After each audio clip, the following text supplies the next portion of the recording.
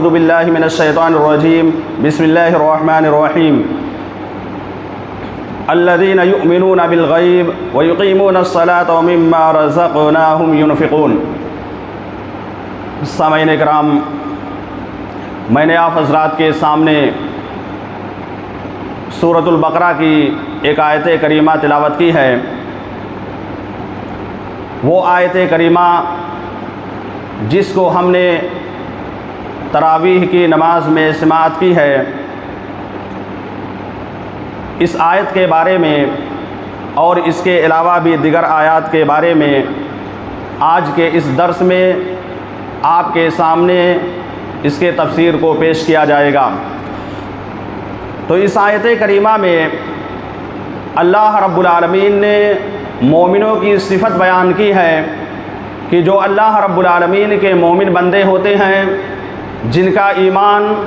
اور جن کا عقیدہ اللہ رب العالمین پر ہوتا ہے، وہ غیب کی جتنی بھی چیزیں ہوتی ہیں ان ساری چیزوں پر ایمان رکھتے ہیں۔ مثال کے طور پر ہم نے جنت کو اپنی آنکھوں سے نہیں دیکھا ہے، لیکن پھر بھی ہمارا ایمان اور ہمارا عقیدہ ہے اس بات پر کہ اللہ رب العالمین نے جنت بنا رکھی ہے۔ ہم نے جہنم کو اپنی نگاہوں کے سامنے نہیں دیکھا ہے، لیکن قرآن و حدیث کے ذریعے سے ہم کو معلوم ہے کہ جہنم کو اللہ رب العالمین نے مجرمین کے لیے، گنہگاروں کے لیے، جو اللہ رب العالمین کے نافرمان بندے ہوتے ہیں، ان کے لیے رب العالمین نے بنا رکھا ہے۔ اس پر ہمارا ایمان اور ہمارا عقیدہ ہے۔ اسی طرح سے ہم نے فرشتوں کو نہیں دیکھا ہے، لیکن ہمارا ایمان اس بات پر ہے کہ اللہ رب العالمین نے قرآن مجید کے اندر فرشتوں کے بارے میں بیان کیا ہے کہ رب العالمین کے فرشتے اللہ رب العالمین کے پاس موجود ہیں، جو اللہ رب العالمین کی عبادت و بندگی کرتے رہتے ہیں۔ وہ فرشتے ذرہ برابر بھی کبھی گناہ کا ارتکاب نہیں کرتے ہیں، اس لیے ہمارا بھی اس پر یقین اور ہمارا اعتماد ہے۔ بہت سارے نبیوں کو اللہ رب العالمین نے اس روئے زمین پر اپنا نبی، اپنا رسول بنا کر کے بھیجا، اس پر بھی ہمارا ایمان اور ہمارا عقیدہ ہے۔ تو مومن کی صفت اللہ رب العالمین نے بیان کی کہ اللہ رب العالمین کے جو مومن بندے ہوتے ہیں وہ غائبانہ طور پر غیب کی ساری چیزوں پر ایمان رکھتے ہیں۔ پھر دوسری صفت اللہ رب العالمین نے بیان کی کہ صرف ایمان ہی نہیں رکھتے ہیں بلکہ یہ لوگ نماز بھی قائم کرتے ہیں۔ جو مومن ہوتے ہیں، جن کا حقیقی معنوں میں اللہ رب العالمین پر اعتماد اور رب العالمین پر بھروسہ ہوتا ہے، وہ لوگ نماز کی پابندی کرتے ہیں، کبھی بھی نماز ترک نہیں کرتے ہیں۔ تو یہ مومن کی دوسری صفت اللہ رب العالمین نے بیان کی کہ یہ نماز میں کوتاہی، کاہلی اور سستی سے کام نہیں لیتے ہیں بلکہ ہمیشہ نماز کی پابندی کرتے رہتے ہیں۔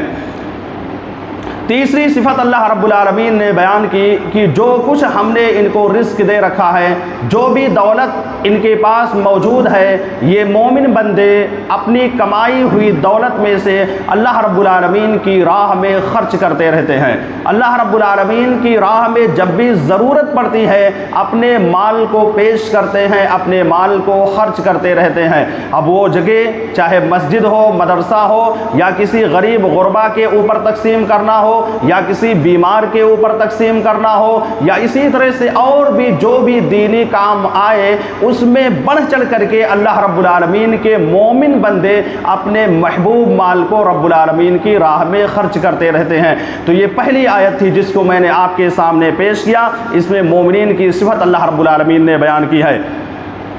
ایک دوسری آیت جس میں اللہ رب العالمین نے کہا یا ایھا الناس اعبدوا ربکم الذی، اس میں اللہ رب العالمین نے اپنی وحدانیت کو تسلیم کرنے کا حکم دیا ہے کہ اے وہ لوگو، تم لوگ میری وحدانیت کو تسلیم کرو اور مجھ کو اپنا معبود حقیقی مان لو۔ ظاہر سی بات ہے اللہ رب العالمین نے ہم تمام لوگوں کو پیدا کیا ہے، ہم تمام انسانوں کے اس دنیا کے اندر پیدا کرنے کے بعد بہترین زندگی عطا کر دی ہے، تو ہمارے اوپر یہ فرض ہوتا ہے کہ ہم اللہ رب العالمین کی عبادت و بندگی کریں، اللہ رب العالمین کے علاوہ کسی کے بھی در پر جا کر کے اپنی پیشانی کو نہ ٹیکیں۔ اللہ رب العالمین ہی کے سامنے جب بھی ہماری پیشانی جھکے تو اللہ کے دربار میں اللہ کے سامنے جھکنا چاہیے، چونکہ اللہ نے پیدا کیا ہے تو یہ اس کا حق ہے کہ ہم اس کو پورا کریں۔ مثال کے طور پر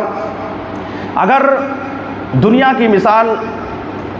اگر ایک باپ اپنے بیٹے کو کسی کام کے کرنے کا حکم دیتا ہے، وہ باپ اپنے بیٹے کے لیے سارے انتظامات کرتا ہے، کھانے پینے کا اور اسی طرح سے کپڑے کا، گھر میں رہنے کا، سب کچھ انتظام کرتا ہے اور اپنے بیٹے کو حکم دیتا ہے کہ اے میرا بیٹا تو فلاں کام کر۔ اب ایسی حالت میں وہ بیٹا اگر اپنے باپ کی بات نہیں مانتا ہے تو باپ کو انتہائی زیادہ تکلیف ہوگی، بلکہ اس کو سزا بھی دے سکتا ہے۔ ٹھیک اسی طرح کا معاملہ جس اللہ نے ہم کو پیدا کیا ہے، جس اللہ نے ہمارے لیے کھانے پینے کے سارے رزق کو مہیا کر دیا ہے، جس اللہ نے ہمارے لیے بہترین مکان عطا کر دیا ہے، جس اللہ نے ہم کو بہترین لباس پہنا دیا ہے، جس اللہ نے ہمارے لیے ساری آسائش اور سارے آرام کی چیزوں کو ہمارے لیے مہیا کر دیا ہے، اب اگر اس اللہ کی ہم عبادت و بندگی نہیں کریں گے تو ظاہر سی بات ہے اللہ رب العالمین کی ناراضگی لازم ہوگی، اور جب اللہ رب العالمین کی ناراضگی لازم آ جائے گی، اللہ رب العالمین جب غصہ ہوگا تو اس کا نتیجہ یہی ہوگا کہ رب العالمین کے بس میں ہے، رب العالمین اگر چاہے گا تو ایسے انسان کو جہنم کے اندر ڈال دے گا، یا اللہ رب العالمین کی مشیت ہے، اللہ رب العالمین اگر بخشنا چاہے گا، معاف کرنا چاہے گا تو اس کو جنت کے اندر داخل کر سکتا ہے۔ اسی طرح سے ایک آیت جس کو تراویح کی نماز میں آپ کے سامنے پیش کیا گیا تھا، اس آیت کے اندر اللہ رب العالمین نے حکم دیا وَإِن كُنتُم فِي رَيْبٍ مِّمَّا نَزَّلْنَا، کہ یہ قرآن جو میں نے اپنے بندے جناب محمد الرسول اللہ صلی اللہ علیہ وسلم پر نازل کیا، اگر اس قرآن کے بارے میں تمہیں شک و شبہ ہے، اس قرآن کے بارے میں تمہیں شک ہو رہا ہے کہ یہ قرآن محمد نے نعوذ باللہ اپنی طرف سے گڑھ لیا ہے، محمد الرسول اللہ نے اپنی طرف سے بنا لیا ہے، جیسا کہ کفار مکہ کہا کرتے تھے کہ یہ محمد الرسول اللہ نے اپنی طرف سے اس کو گڑھ کر کے پیش کر دیا ہے، اپنی طرف سے لا کر کے لوگوں کے سامنے بیان کر رہا ہے، تو اللہ رب العالمین نے کہا چیلنج کرتے ہوئے کہ اگر تمہیں اس قرآن کے بارے میں شک ہو رہا ہے، اگر تمہیں اس قرآن کے بارے میں شک و شبہ ہو رہا ہے کہ یہ محمد نے اپنی طرف سے نعوذ باللہ گڑھ لیا ہے، تو تم ایک سورت لے کر کے چلے آؤ۔